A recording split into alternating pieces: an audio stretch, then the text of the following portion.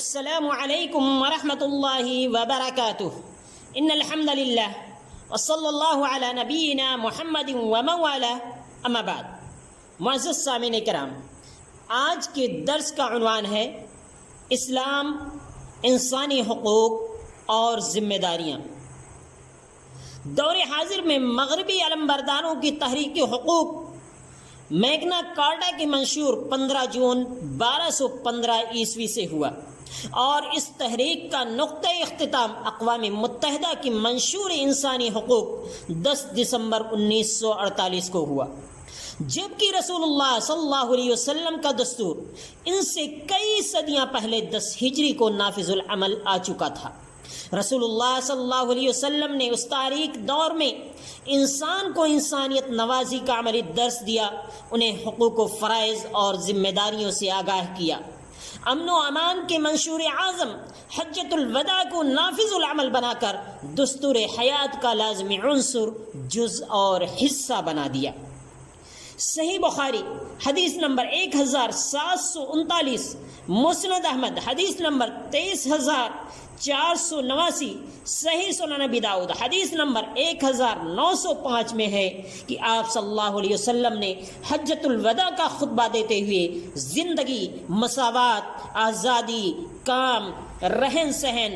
جان، مال، عزت و آبرو کی حفاظت کی ضمانت دیتے ہوئے فرمایا، فَإِنَّ دِمَاءَكُمْ وَأَمْوَالَكُمْ وَأَعْرَاضَكُمْ عَلَيْكُمْ حَرَامٌ كَحُرْمَةِ يَوْمِكُمْ هَذَا، کہ تمہاری خون، تمہاری مال، تمہاری عزتیں تم پر حرام ہیں جیسے آج کا یہ دن حرام ہے، یعنی کسی کو اس میں دست درازی، اس میں زیادتی کی اجازت اور حق حاصل نہیں ہے۔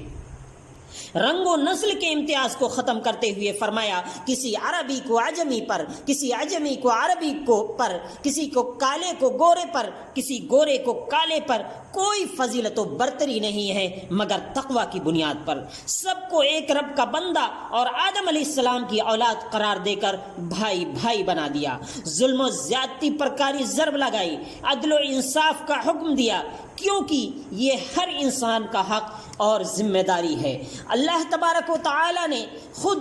قرآن کریم کے اندر انسانی حقوق کی ادائیگی میں ہر طرح کی جنسی، نسلی اور طبقاتی اونچ نیچ کو ختم کرتے ہوئے سورہ حجرات آیت نمبر 13 میں ارشاد فرمایا، یا ایھا الناس انا خلقناکم من ذکر و انثی وجعلناکم شعوبا وقبائل لتعارفوا ان اکرمکم عند اللہ اتقاکم ان اللہ علیم خبیر، کہ اے لوگو، ہم نے تمہیں ایک مرد اور عورت سے پیدا کیا ہے، تمہیں کنبوں اور قبیلوں میں بانٹ دیا ہے تاکہ یہ تعارف کا ذریعہ ہو تمہارے لیے، اور یقیناً تم میں سے باعزت اللہ تعالیٰ کی ہاں وہ ہے جو متقی اور پرہیزگار ہے۔ یقیناً اللہ تبارک و تعالیٰ بہت ہی جاننے والا اور خبر رکھنے والا ہے۔ جان کا حق عطا کرتے ہوئے اللہ تبارک و تعالیٰ نے سورہ مائدہ کے اندر آیت نمبر 23 میں فرمایا، من قتل نفسا بغیر نفس او فساد فی الارض فَكَأَنَّمَا قَتَلَ النَّاسَ جَمِيعًا وَمَنْ أَحْيَاهَا فَكَأَنَّمَا أَحْيَا النَّاسَ جَمِيعًا، کہ جس نے کسی نفس کو بغیر کسی ظلم کے قتل کیا یا زمین میں فساد مچانے کے لیے قتل کیا تو اس نے گویا کی پوری انسانیت کا قتل کیا، اور جس نے کسی ایک جان کو بچایا تو گویا کہ اس نے پوری انسانیت کو بچا لیا۔ رومانیہ کا مشہور غیر مسلم ادیب و سیرت نگار گاسٹن ویزرل جارج خطبہ حجۃ الوداع پر تبصرہ کرتے ہوئے لکھتا ہے کہ جب ہم یہ خطبہ پڑھتے ہیں تو باوجود کہ ہم یورپی ہیں اور پیغمبر امن صلی اللہ علیہ وسلم کی آواز ہم نے نہیں سنی، نہ ہم اس مقام اور مجمع میں موجود تھے، پھر بھی اس سے متاثر ہوئے بغیر نہیں رہ سکتے۔ اسلام میں اس خطبہ کا بہت اثر رہا اور آج بھی ہے۔ دیکھیں محمد رسول اللہ گاسٹن ویزرل جارج کی کتاب صفحہ نمبر 424، آپ صلی اللہ علیہ وسلم کی عطا کردہ انسانی حقوق و ذمہ داریوں کا عظیم چارٹر انسانی زندگی کے سارے پہلوؤں کا احاطہ کرتا ہے، خواہ انفرادی یا عام حقوق ہوں یا خاندانی و سماجی، سیاسی حقوق ہوں یا اقتصادی۔ اس سے ایک قدم آگے بڑھ کر یہ حقوق اور ذمہ داریاں صرف انسانوں تک محدود نہیں بلکہ خالق و مخلوق، حیوانات و جمادات اور چرند پرند سبھی کو عام ہیں جو اسلام کی جامعیت اور عالمگیری کو واضح کرتے ہیں۔ واضح رہے کہ حق کا اطلاق ایک دوسرے پر عائد ذمہ داریوں پر ہوتا ہے۔ ادا کرنے والے کی نسبت انہیں فرائض اور ذمہ داری اور جس سے متعلق ادا کیے جاتے ہیں اس کی نسبت انہیں حقوق کہا جاتا ہے۔ ان حقوق و ذمہ داریوں میں سب سے پہلے حقوق اللہ اور حقوق العباد کا نمبر آتا ہے۔ صحیح بخاری حدیث نمبر 2856 میں ہے کہ رسول اللہ صلی اللہ علیہ وسلم نے فرمایا کہ اللہ تعالیٰ کا حق بندوں پر یہ ہے کہ وہ اس کی عبادت کریں، اس کے ساتھ کسی کو شریک نہ ٹھہرائیں، اور بندوں کا حق اللہ تعالیٰ پر یہ ہے کہ جو بندہ اللہ تعالیٰ کے ساتھ کسی کو شریک نہ ٹھہراتا ہو اللہ تعالیٰ اسے عذاب نہ دے۔ سورہ اعراف آیت نمبر 6 میں اللہ تعالیٰ نے فرمایا فَلَنَسْأَلَنَّ الَّذِينَ أُرْسِلَ إِلَيْهِمْ وَلَنَسْأَلَنَّ الْمُرْسَلِينَ کہ ہم ان سے بھی پوچھیں گے جن کے پاس رسولوں کو بھیجا گیا، اور ہم رسولوں سے بھی پوچھیں گے، یعنی ہر کسی کی جواب دہی طے ہے۔ رسولوں کی بھی کچھ ذمہ داریاں تھیں اور ہماری بھی کچھ ذمہ داریاں اور حقوق ہیں، اس لیے خادم الرسول صلی اللہ علیہ وسلم نے اس پر عمل کرتے ہوئے اپنی ذمہ داری کو مکمل طور سے دین کو ہم تک پہنچا دیا۔ اب ہماری یہ ذمہ داری بنتی ہے اور ہم پر آپ کا یہ حق ہے کہ ہم آپ کے رسالت کا اقرار کریں، آپ کا اتباع، آپ کی اطاعت و فرما برداری کریں، آپ سے محبت کریں اور آپ پر لعن طعن سے بچیں، طعن و تشنیع سے بچیں۔ اسی میں ہمارا ایمان ہے اور یہی ہماری ذمہ داری ہے۔ صحابہ کرام نے جہاں اپنے خون جگر سے گلشن اسلام کو سینچ کر اپنا حق صحابیت ادا کیا، وہیں یہ ہماری ذمہ داری ہے کہ ان سے محبت کریں، ان کا عزت و اکرام کریں، کیونکہ ان سے محبت ایمان ہے اور بغض، ان کو گالی گلوچ دینا کفر و نفاق ہے۔ بلکہ ہر مسلمان کا ایک دوسرے مسلمان پر حق ہے۔ رسول اللہ صلی اللہ علیہ وسلم نے صحیح مسلم حدیث نمبر 5651 میں ہے فرمایا ایک مسلمان کا دوسرے مسلمان پر 6 حقوق ہیں۔ ملاقات ہو تو اسے سلام کہو، جب دعوت دے تو دعوت قبول کرو، جب نصیحت کرے تو نصیحت قبول کرو، چھینک مار کر کے الحمدللہ کہے تو اس کے جواب میں یرحمک اللہ کہو، اور جب بیمار ہو جائے تو عیادت کرو، وفات پا جائے تو جنازے میں شرکت کرو۔ گویا کہ مردوں کو بھی اللہ تعالیٰ نے ان کے حقوق عطا کیے۔ اللہ تعالیٰ نے سورہ بنی اسرائیل آیت نمبر 23 اور 24 میں اولاد کو والدین کے ساتھ حسن سلوک کا حکم دیتے ہوئے انہیں اف کہنے سے بھی منع فرمایا، اور نبی صلی اللہ علیہ وسلم نے صحیح بخاری حدیث نمبر 6473 میں والدین کی نافرمانی کو حرام قرار دیتے ہوئے والدین کے حقوق کو بتا دیا اور اولاد کی ذمہ داری بھی واضح کر دی، بلکہ والدین کی رضامندی کو رب کی رضامندی اور والدین کی ناراضگی کو رب کی ناراضگی قرار دیا اور ان کے لیے دعا کا حکم صادر فرمایا۔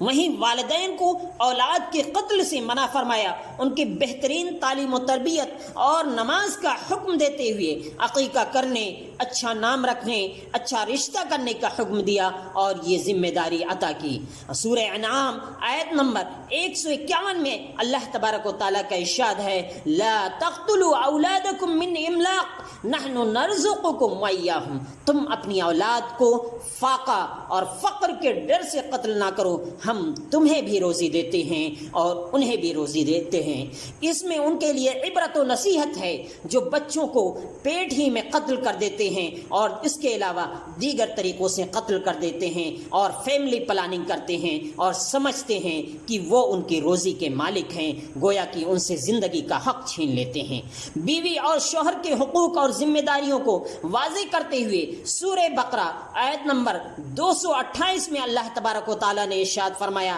وَلَهُنَّ مِثْلُ الَّذِي عَلَيْهِنَّ بِالْمَعْرُوفِ وَلِلرِّجَالِ عَلَيْهِنَّ دَرَجَةٌ وَاللَّهُ عَزِيزٌ حَكِيمٌ، عورتوں کے بھی ویسے ہی حق ہیں جیسے ان پر مردوں کے ہیں، اچھائی کے ساتھ۔ ہاں، مردوں کو عورتوں پر فضیلت ہے، اللہ تعالیٰ غالب ہے، حکمت والا ہے۔ جہاں شوہر کا حق ہے کہ بیوی اس کی اطاعت و فرما برداری کرے، اس کے گھر اور بال بچوں کی دیکھ ریکھ کرے، وہیں پر بیوی کا حق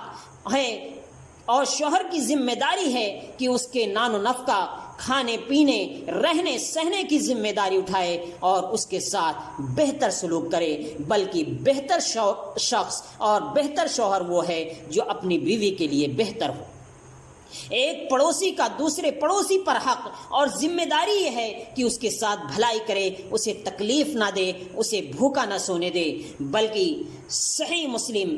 حدیث نمبر 173 میں رسول اللہ صلی اللہ علیہ وسلم نے اسے ایمان کا حصہ قرار دیتے ہوئے فرمایا، جو اللہ اور یوم آخرت پر ایمان رکھتا ہو وہ اپنے پڑوسی کو تکلیف نہ دے۔ صحیح بخاری حدیث نمبر 2493 میں رسول اکرم صلی اللہ علیہ وسلم نے معاشرتی ذمہ داری اور حق کو واضح کرتے ہوئے فرمایا، اللہ کے حدود کی پاسداری کرنے والے اور اس کی خلاف ورزی کرنے والے کی مثال ایسی جماعت کی طرح ہے جو ایک کشتی میں سوار ہوئی، بعض لوگوں کو کشتی کا اوپری حصہ ملا اور بعض کو نچلا۔ جو لوگ نچلے حصے میں تھے جب انہیں پیاس لگتی تو پانی لینے کے لیے اوپر والوں کے پاس سے گزرنا پڑتا تھا، تو انہوں نے سوچا کہ اگر ہم نچلے حصے ہی میں ایک سوراخ کر لیں جو ہمارا حصہ ہے تو ہم اوپر والوں کو تکلیف نہیں دیں گے۔ اب اگر اوپر والے انہیں ایسا کرنے دیں تو تمام کے تمام لوگ ہلاک ہو جائیں گے، اور اگر انہیں ایسا کرنے سے روک دیں تو سب کے سب بچ جائیں گے اور وہ بھی بچ جائیں گے۔ معاشرتی حقوق اور ذمہ داریوں کی یہ عمدہ اور انمول مثال ہے جو رسول اللہ صلی اللہ علیہ وسلم نے پیش کی ہے، جبکہ ہم اور آپ یہ کہہ کر گزر جاتے ہیں کہ یہ میری ڈیوٹی یا ذمہ داری نہیں ہے۔ رشتہ داروں کے ساتھ صلہ رحمی کرنا، ان سے قطع تعلق نہ کرنا، ان کے ساتھ تعاون کرنا، یتیموں، مسکینوں، مسافروں، ماتحتوں کے ساتھ حسن سلوک کرنا، ان کی مدد کرنا، سب اسی حقوق اور ذمہ داری کا حصہ ہیں جو ہر مسلمان پر عائد ہوتی ہیں۔ حتیٰ کہ جانوروں اور راستوں کے بھی حقوق اور ذمہ داریاں بتائی گئی ہیں اور ہم پر مقرر کی گئی ہیں۔ صحیح مسلم حدیث نمبر 5556 میں ہے کہ نبی صلی اللہ علیہ وسلم نے ایک گدھا دیکھا کہ اس کا منہ آگ سے داغا گیا تھا۔ آپ نے فرمایا، اللہ اس پر لعنت کرے جس نے اس کا چہرہ داغا ہے۔ اور صحیح بخاری حدیث نمبر 6229 میں ہے، راستوں کے حقوق بیان کرتے ہوئے رسول اللہ صلی اللہ علیہ وسلم نے فرمایا کہ راستے میں اگر مجبوراً بیٹھو تو اس کا حق ادا کرو، اور اس کا حق یہ ہے کہ نگاہ نیچی رکھو، تکلیف نہ دو، سلام کا جواب دو، بھلائی کا حکم دو، برائی سے روکو۔ اس طریقے سے کلکم راع وکلکم مسئول عن رعیتہ، کہ تم میں سے ہر شخص چرواہا ہے، ذمہ دار ہے، اور ہر ایک سے اس کی ذمہ داری کے بارے میں پوچھا جائے گا، سوال کیا جائے گا۔ یہ کہہ کر کے آپ صلی اللہ علیہ وسلم نے ہر ایک کی حقوق اور ذمہ داریوں کو واضح کر دیا۔ لہذا ہمارے اوپر لازم اور ضروری ہے کہ ہم ان حقوق اور ذمہ داریوں کا خیال کریں۔ اللہ تبارک و تعالیٰ سے دعا ہے کہ الہ العالمین تو ہم سب کو اس بات کی توفیق عطا فرما، آمین۔ السلام علیکم ورحمۃ اللہ وبرکاتہ۔